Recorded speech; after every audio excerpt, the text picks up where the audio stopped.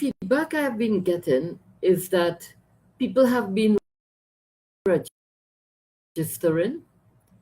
I am to get some feedback with respect to the numbers who would have registered. I have had some complaints about persons attempting to register. They were told they had to try online at a certain time and then they were having difficulties to get in to do the registration. I gather that a number of migrants would have gone to various places, internet cafes. I've been approached to do the registration for a couple, but I really didn't undertake it. And they would have been getting assistance. Otherwise, I hope.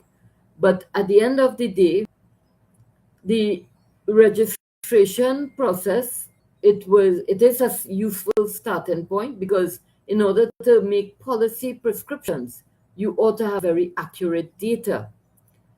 And that is a matter of concern to me because from way back in 2019,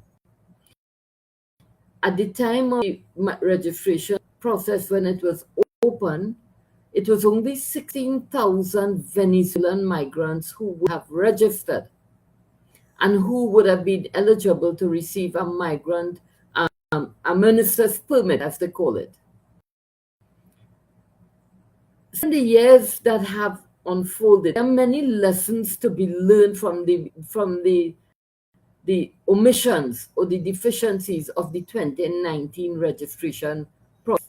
I maintain that it was useful to the extent that it was like putting a plaster on a sore, or it is like a pressure cooker and some of the pressure was relieved with the valve being open a bit. But there were many other things that ought to have been put at the time of that registration process.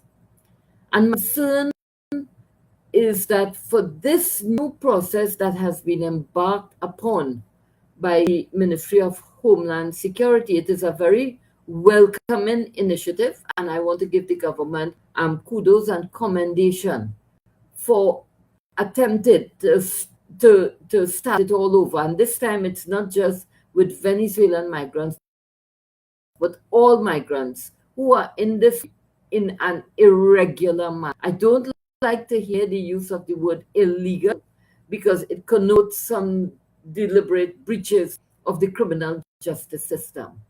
We have a very archaic Immigration Act, which was passed in the Parliament in 1969, and it was given effect to in the 1970s when the cabinet would have taken a decision to have the act implemented.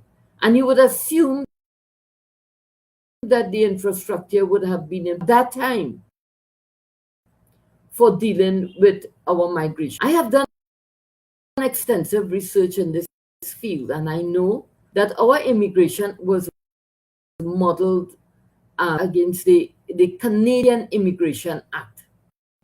And it's in you can enhance that debate and you will see the considerations that went into the 1969 Immigration Act. The Minister of Home Affairs would have articulated the intent and purpose of the legislation, and they would have gone through clauses that resulted in our current immigration, which is archaic.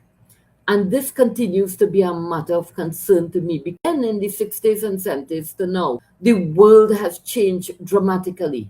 There has been more cross-border movements of persons from one country to the next. When you are in Asia or in Europe, and online kind of crossing of borders that takes. And that in itself has its own nuances, and the modern migration practices have been developed over time and that are recognized worldwide. There are best practices and modern standards that have been developed in light of the new frameworks that exist by way of international treaties. And as a result of which countries that become signatories and parties to those treaties, they undertake to enact laws to, to give effect to the treaty provisions.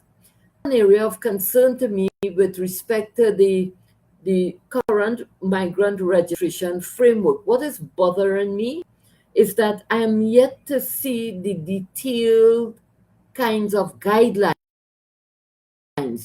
that will be listed in stage 2 of this process. We are assuming that persons have been registering. In terms of the numbers, I am getting mixed feedback on the numbers so far who have registered. I have been advocating and urging all migrants to get themselves registered.